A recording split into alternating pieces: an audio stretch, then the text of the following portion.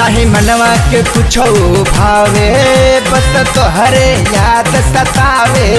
जैसे सावन के बरसे बदरिया, दुनु नैना लोर बहावे। चैन मिले एक पल न कहीं, भइल जिंदगी जियल मोहाल बा। देखर पगले तोरा बिना, तोरा पगला के कवन हाल बा।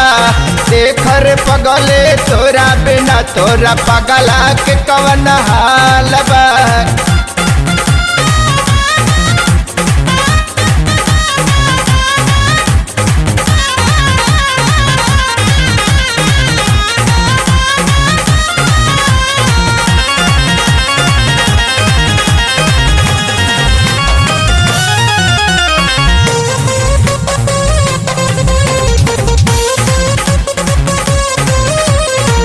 दिलवा के चैन उड़ल अखिया के नींद रे, लागे नाही मान एको छान तोरा बिन रे।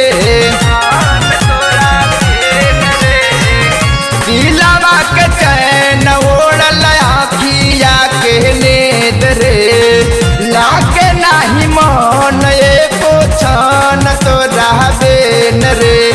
खाइल पियल कुछो ना भावे, हरदम तोरे ख्याल बा। देखर पगले तोरा बिना, तोरा पगला के कवन हाल बा।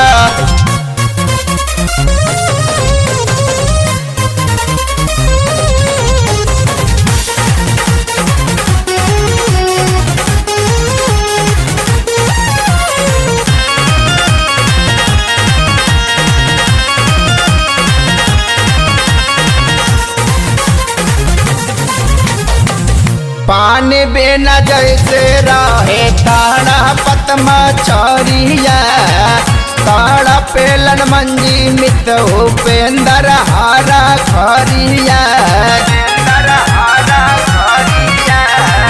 पानी बिना जैसे रहे ताड़ा पतमा चौरिया, ताड़ा पेलन मंजी मित उपेंदर हारा खरिया।